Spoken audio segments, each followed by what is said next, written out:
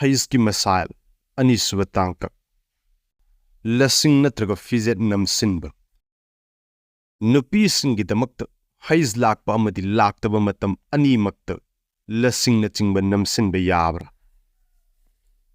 Mayum Pandribi Nupisingi Damakta Heiz Lakpa Matamda Lasing Nachingba Karigumba Posak Amma Namsinba Thamba Mustahilni Aduga mayum palabi nupisingi damaktana Heiz lakpa matamda thamba sunnatni Aduga Heiz laktaba matam haibadi hakchang sengna leiba matamda thambana mustahilni Tohar haibadi asingba asigi makhal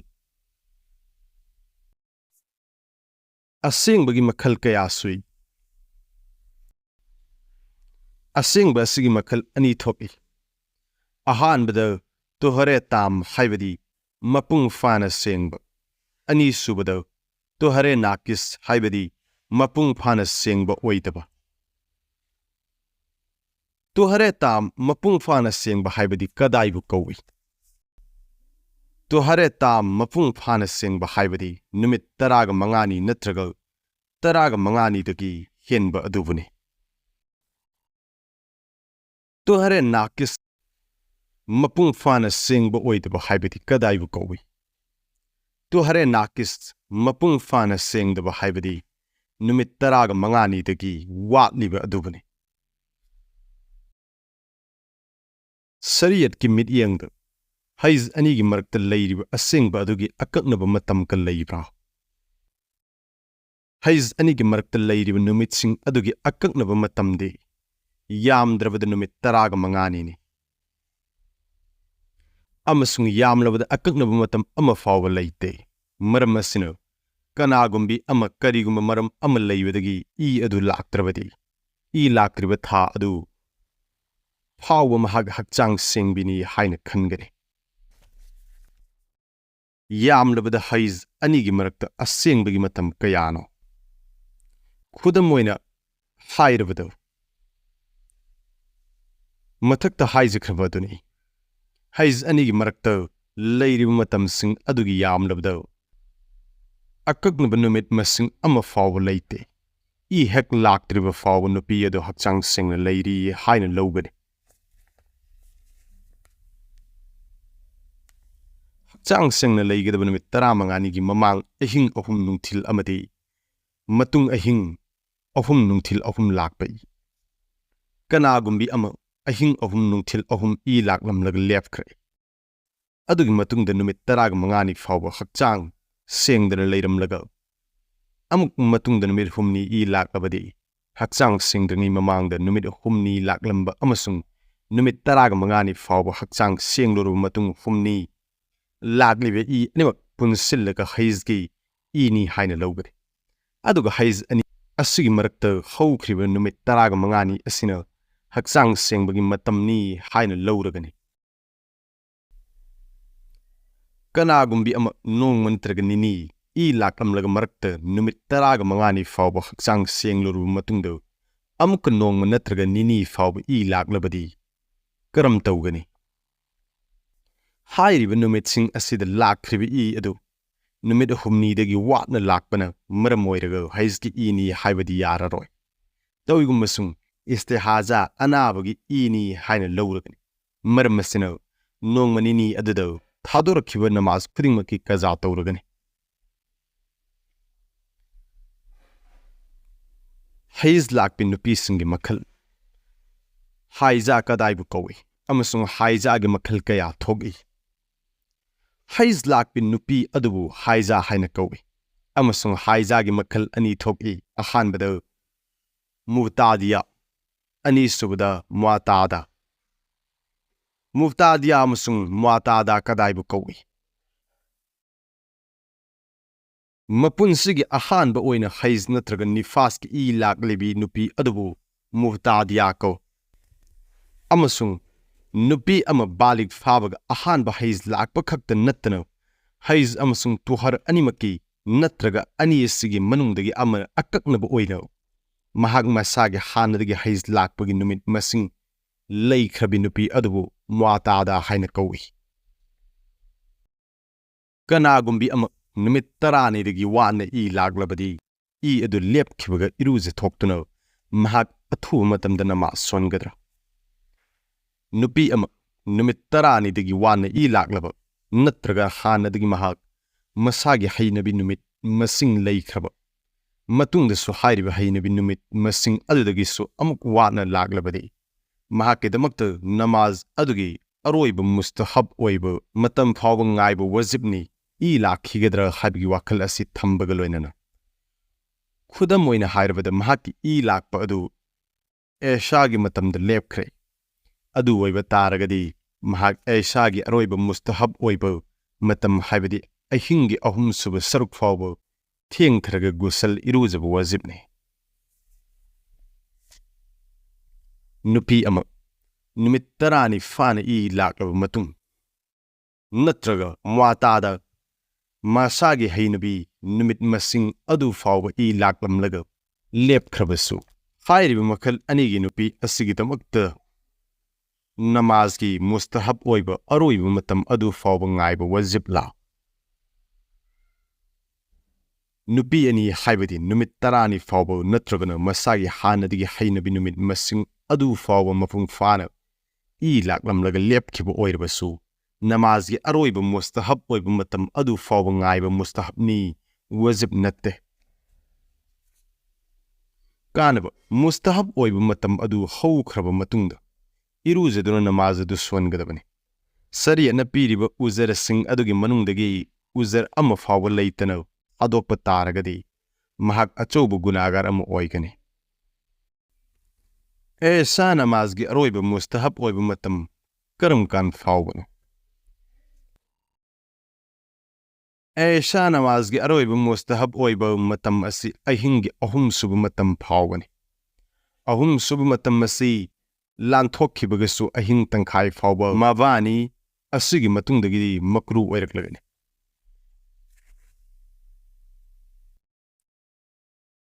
Ahingi ahum suba saruk natraga ahing tangkhaini haiba asi karamba matamdagi lawgani. S.A.W.gi matam hawbadagira natraga numit changkhibadagira. Ahingi ahum suba sarukni natraga ahing tangkhaini haiba asi numit changkhiba matam adudagi pagani S.A.W.gi matamdagi natte. Heiz lakba matamda namaz sonba yabra yadabra. Yadragana Heiz ki matamsing asi hawkraba matungda kaza oigadra. Heiz laklingai chainungda namaz sonba jais natte. Namaz khudingmak loina maafne amasung haksang senglaba matungda su hairiba namaz sing adugi kaza leiraroi. Nupi amana namaz ki niyat punduna sonba hawkraba matung namaz manungda Heiz ki laksillabadi namaz adu gaiduna Heiz ki matam loikraba matungda namaz sing adugi kaza tawfam thokbra thoktabra. Faraz namaz sonna marakta laklabadi namaz adusu maaf oikragani konna Heiz ki matam loikrabasu namaz asigi kaza leiraroi. Nawafil amasung sunnat sing amadi farais sing khudimak maaf oibra natraga nawafil loinana sunnat singidi kaza darkar oibra. Nawafil amasung sunnat namaz singi marakta karigumba Heiz ki lakhiba oirabadi konna kaza sonba darkarni. Nupi ama hawzik namaz di sonba hawdre sumda su namaz adugi matamsu loisin khigadawre. Mahak Heiz laglabadi konna Heiz ki matam adu loikraba matungda hairiba namaz asigisu kaza oina songadra. Namaz adugi matam loiramdaida mahak Heiz lakne. Hawjing mahak namaz adudi sondri adu oiba taragasu mahaki damakta namaz adu maaf oikragani. Maramdi Imam Abu Hanifa rahmatullahi gi mazhabta namaz adugi aroiba matam phawba lawi. Heiz lakpi nupisingi mathakta namaz gi kaza leitriba maram karigino. Tawigumsung Ramzan thagi rozana kaza tawba wajib oiraga. Heiz lakpi nupisingi mathakta namaz singi kaza maram asina leihandribani madudi. Nanthokkiba namaz sing adugi konna kaza tawbada yamna arumba potsak amasung awabi ama oigani haibagi yamna akiba lei. Amasung Allah mapu mahangna bandasingi mathakdagi arumba du lawthokpikre maramdi awaba tadanabagidamakta khudam oina nupi ama numit tarani Heiz ki lak haina lawrasi Amasung nakal amadra numit khuding ahing nungthil matam mangagi namas farazne adu hawzik nungti khudingi matam mangagi namas singadu pulabna numit tarani gi pasilubu matamda namas matam yankai kaza oire hawzik amuk mahak hakchang singlubu matungda nungti khudingi namas matam mangana kaza tawraga manga amana numit adugi adagi namas pulapna nongmada matam taragi namas solabadi mahangondi yamna awabi amu oigani haiba si phonglabu wafumne Aduga roza thada nan thokhiba roza sing adugi kaza tawbadadi karisu akaiba leite maramdi chahi mapum amada sumnatangi tha ama khattani roza faraz oiribasi maramasina mahak Ramzan tha aduda numit tarani roza henbangam haudrabadi lem horiba tha tarama thoy aduda hel haudraba roza sing adugi kaza tawgani Hadrat Aisha radhiyallahu ta'ala anha gi riwayat ni madudi Huzur sallallahu alaihi wasallam gi matik magun lay khrabu matam aduda aikhoi nupi singdagi kana gumbi am Heiz tagi hakchang hek senglakpaga roza gi kaza singdi tawrame aduga nawaz singi kaza di tawramde Faraz gi namaz fawda wajib oidraba matam masida nafal amasung sunat singi namaz da kaza wajib oiriba maram karigino Masigi maramde Heiz lakpa matamda sumsun namaz budi maafne Adubu kanagumna nafal amasung sunat namaz gi niyat pun khraba matungda karigum maram amadagi thugai khiba tarabadi namaz singadu amukka hanna sonba wajibne hawjik Heiz-ki-Wafam asidagi khangba ngamle madudi Heiz lakpa matamda sonba hauram lagaw thugai khiba sunnat sing adugisu kaza wajibni haiba asi maram asira mahaki mathakta anirak sonba wajib oiragani Kanagumbi nupi amana nafal namaz sonba haukraba matungda Heiz laksilabadi mahaksu hairiba namaz asigi konna kaza tawbadra mahangna nafal namaz adu sonba haurubagal marakta Heiz laklabadi anirak hanna sonba darkar oiragani maramdi faraz ki namaz di sumnatangi Allah Rabbul Izzat ki maikaidigi faraz ni maramasina masidi mapu mahangna maaf tawbi tawigumsung nafal gi namaz asidi insan miyuibasing masana masagi mathakta wajib oihanbani maramasina masidi maaf oiroi hakchang senglaba matungda thugai khiba namaz adugi kaza songadabani aduga wafam amana mahangna karigumba rakat marigi niyat tawkhiba oiragadi sumnatangi rakat ani khatang oina kaza tawgani kanagumbi amana nazar gi namazda rakat marigi niyat pun khraba matung marakta Heiz laklabadi hawjik hairiba namaz asigi kaza leigadra nazar gi namazda rakat marigi niyat pun khraba matungda nupi adu Heiz ki laklabadi Heiz ki matam singadu loi khraba matungda mahak namaz adugi kaza tawgani rekat ani son khraba matungda marakta ahum suba rekat amadi mari suba rekat Heiz laklabadi subnatangi rekat ani khatang kaza tawgadra natraga mari makke tawgadra rekat ani son khraba matungda ahum suba amadi mari suba rekat Heiz lakba oirabadi subnatangi rekat ani khaki kaza tawgani maramdi nafal namaz singda rekat ani tongalde maramasina rekat ani gi kaza tawgani Mawang sumna nazar gi namaz ta kanagumbi mana rakat tarukki niyat pun khrago rekat ani natrago mari son khraba matung Heiz ki laklabadi kona rekat kaya kaza tawgani nazar gi namaz rekat tarukki niyat pun khrago marakta rekat ani natrago mari gi matung laklabadi hawjik sumhak sumnatangi rekat ani gi kaza tawgani maramdi nafal namaz singda rekat ani loina tongalde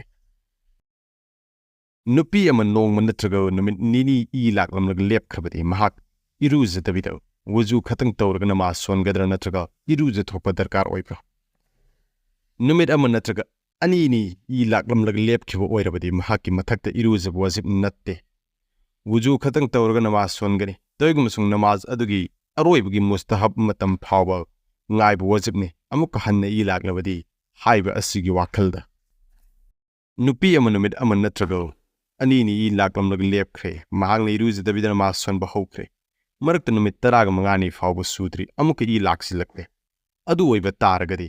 ꯃꯃꯥꯡꯗ ꯁꯣꯟꯈ꯭ꯔꯕ ꯅꯃꯥꯖꯁꯤꯡ ꯑꯗꯨꯒꯤ ꯀꯖꯥ ꯑꯣꯏꯅ ꯍꯛꯆꯥꯡ ꯁꯦꯡꯂꯕ ꯃꯇꯨꯡꯗ ꯁꯣꯟꯕ ꯇꯉꯥꯏ ꯐꯗꯕ꯭ꯔꯥ ꯅꯨꯃꯤꯠ 15 ꯐꯥꯎꯕ ꯐꯥꯅ ꯁꯦꯡꯅ ꯂꯩꯇꯕꯤ ꯃꯍꯥꯛ ꯑꯗꯨ ꯑꯁꯦꯡꯕꯅꯤ ꯍꯥꯏꯅ ꯂꯧꯔꯣꯏ ꯇꯧꯏꯒꯨꯝꯕꯁꯨꯡ ꯑꯍꯨꯕ ꯅꯨꯃꯤꯠꯇꯒꯤ ꯑꯔꯣꯏꯕ ꯅꯨꯃꯤꯠ ꯐꯥꯎꯕ ꯏ ꯂꯥꯛꯏ ꯍꯥꯏꯅ ꯂꯧꯔꯛꯂꯤ ꯃꯔꯝ ꯑꯁꯤꯅ ꯃꯍꯥꯛ ꯃꯁꯥꯒꯤ ꯍꯥꯟꯅꯗꯒꯤ ꯍꯩꯅꯕꯤ ꯑꯣꯏꯅ ꯂꯥꯛꯂꯝꯕ ꯅꯨꯃꯤꯠ ꯃꯁꯤꯡ ꯑꯗꯨ ꯐꯥꯎꯕꯅ ꯍꯩꯖꯒꯤ ꯏꯅꯤ ꯑꯗꯨꯒ ꯑꯍꯦꯟꯕ ꯑꯗꯨꯅ ꯏꯁꯇꯤꯍꯥꯖꯥꯒꯤ ꯏꯅꯤ ꯈꯜꯂꯒꯅꯤ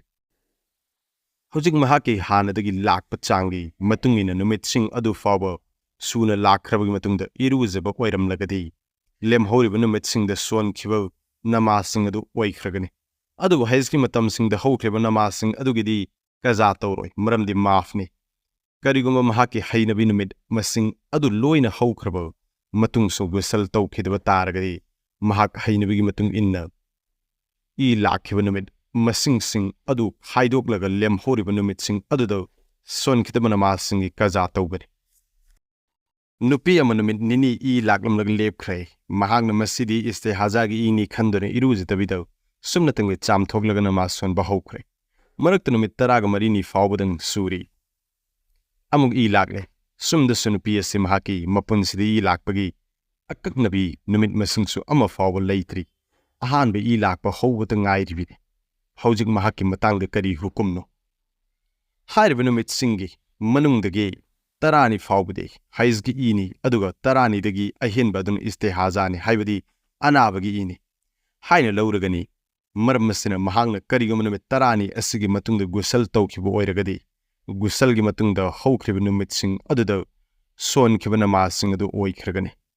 ꯀꯔꯤꯒꯨꯝꯕ ꯒꯨꯁꯜ ꯇꯧꯈꯤꯗꯕ ꯑꯣꯏꯔꯒꯗꯤ ꯒꯨꯁꯜ ꯇꯧꯗ꯭ꯔꯤꯉꯩꯗ ꯁꯣꯟꯈꯤꯕ ꯃꯇꯝꯁꯤꯡ ꯑꯗꯨꯒꯤ ꯅꯃꯥꯖꯁꯤꯡ ꯑꯗꯨ ꯂꯣꯏꯅ ꯀꯖꯥ ꯇꯧꯒꯅꯤ ꯅꯨꯡꯁꯤꯔꯕ ꯏꯆꯤꯜ ꯏꯅꯥꯎꯁꯤꯡ ꯉꯁꯤꯒꯤꯗꯤ ꯑꯁꯤ ꯐꯥꯎꯕꯗꯪ ꯈꯪꯃꯤꯟꯅꯔꯁꯤ ꯃꯊꯪꯒꯤ 3ꯁꯨꯕ ꯇꯥꯡꯀꯛꯇ ꯑꯁꯔꯒꯤ ꯃꯇꯝꯗ ꯍꯛꯆꯥꯡ ꯁꯦꯡꯂꯕꯗꯤ ꯅꯨꯃꯤꯠꯇꯨꯒꯤ ꯇꯔꯥꯋꯤꯒꯤ ꯍꯨꯀꯨꯝ ꯍꯩꯖꯒ ꯂꯣꯏꯅꯅ ꯕꯥꯂꯤꯛ ꯐꯥꯔꯕꯗꯤ ꯅꯃꯥꯖꯒꯤ ꯍꯨꯀꯨꯝ ꯍꯩꯖꯒꯤ ꯏꯅ ꯃꯔꯝ ꯑꯣꯏꯔꯒ ꯅꯨꯃꯤꯠꯁꯤꯡꯗ ꯁꯥꯍꯤꯕꯦ ꯇꯔꯇꯤꯕ ꯑꯣꯏꯕꯗ ꯀꯔꯤꯁꯨ ꯈꯦꯠꯅꯕ ꯂꯩꯍꯟꯗꯦ ꯑꯁꯤꯅꯆꯤꯡꯕ ꯀꯌꯥꯃꯨꯛ ꯈꯪꯃꯤꯟꯅꯈꯤꯁꯤ ꯅꯨꯡꯁꯤꯔꯕ ꯏꯆꯤꯜ ꯏꯅꯥꯎꯁꯤꯡꯅ ꯚꯤꯗꯤꯑꯣ ꯑꯁꯤꯕꯨ ꯃꯤꯄꯨꯝ ꯈꯨꯗꯤꯡꯃꯛꯇ ꯁꯦꯌꯔ ꯇꯧꯕꯤꯗꯨꯅ ꯍꯩꯖꯀꯤ ꯃꯇꯥꯡꯗ ꯈꯪꯍꯟꯕꯗ ꯁꯔꯨꯛ ꯌꯥꯕꯤꯌꯨ ꯑꯜꯂꯥꯍ ꯇꯥꯂꯥꯅ ꯍꯥꯏꯖꯈ꯭ꯔꯤꯕ ꯋꯥꯐꯝ ꯈꯔ ꯑꯁꯤꯗ ꯑꯩꯈꯣꯏ ꯈꯨꯗꯤꯡꯃꯛꯄꯨ ꯑꯃꯜ ꯇꯧꯕ ꯉꯝꯕꯒꯤ ꯄꯥꯡꯒꯜ ꯊꯧꯅꯥ ꯑꯗꯨ ꯄꯤꯅꯕꯒꯤ ꯑꯣꯏꯁꯅꯨ